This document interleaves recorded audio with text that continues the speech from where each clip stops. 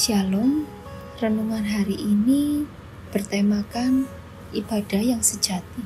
Ibadah yang sejati bukanlah ritual keagamaan, tetapi mempersembahkan hidup yang berkenan kepada Allah. Orang-orang Israel tidak mengerti makna ibadah yang sesungguhnya.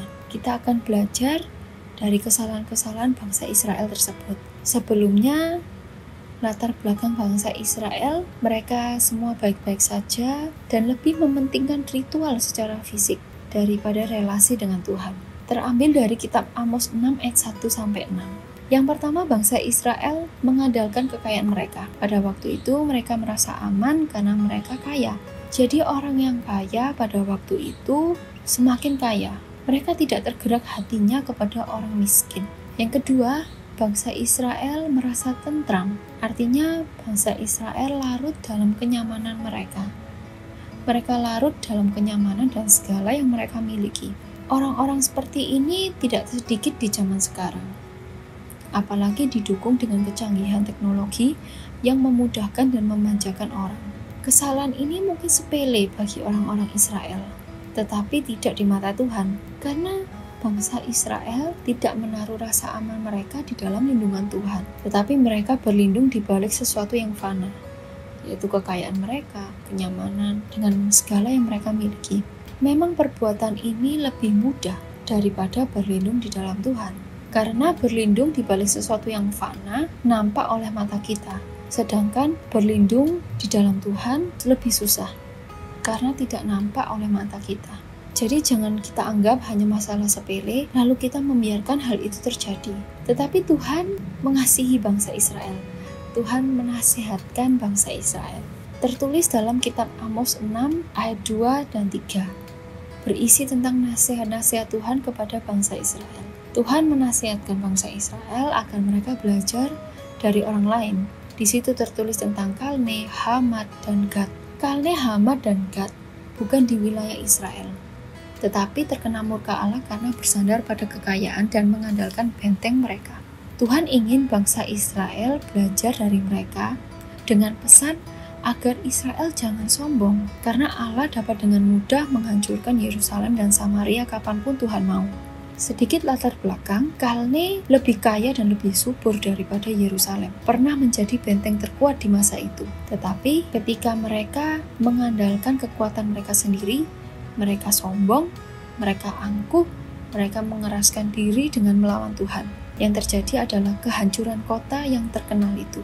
Tuhan ingin bangsa Israel belajar dari mereka. Tetapi Israel mengeraskan dirinya sendiri dengan menolak nasihat Tuhan, menganggap hari Tuhan masih jauh, dan berbuat jahat. Itu sama seperti seseorang yang pergi ke dokter, lalu dokter mengatakan tidak boleh makan berlemak, tidak boleh makan yang bersantan mungkin, tetapi malah orang tersebut makan makanan yang berlemak, makan makanan yang dilarang oleh dokter.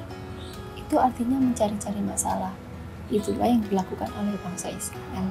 Dan dalam ayat 4-6 berisi tentang kritikan-kritikan Tuhan kepada Israel.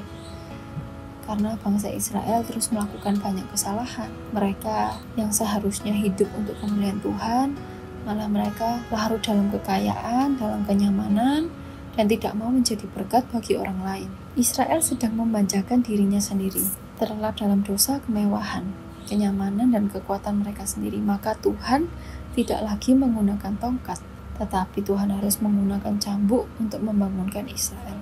Ibadah yang sejati adalah menggunakan tubuh yang telah Tuhan tebus dengan darah yang mahal untuk menjadi berkat bagi orang, membawa bangsa-bangsa kepada Kristus. Itulah yang harus dilakukan oleh bangsa Israel.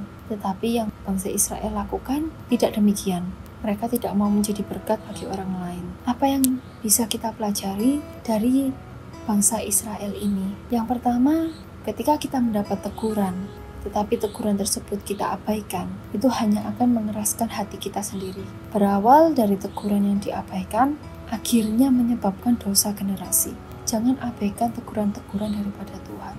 Jangan mengeraskan hati. Lembutkan hati untuk setiap teguran yang Tuhan berikan ke dalam kehidupan kita. Yang kedua, jangan bangga dengan apa yang kita punya. Jangan bangga dengan kekayaan kita.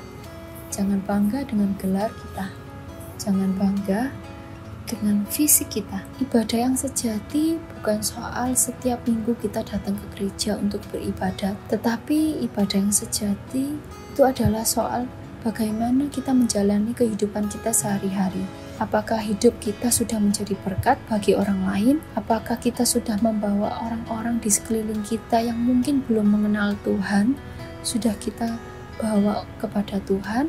Atau malah kita setiap minggu datang ke gereja, kita kembali hidup dalam dosa, dalam kemewahan, dalam kenyamanan, bersikap egois, tidak mau menjadi berkat bagi orang lain. Mari kita sama-sama introspeksi diri kita masing-masing, apakah hidup kita ini sudah menjadi ibadah yang sejati untuk Tuhan.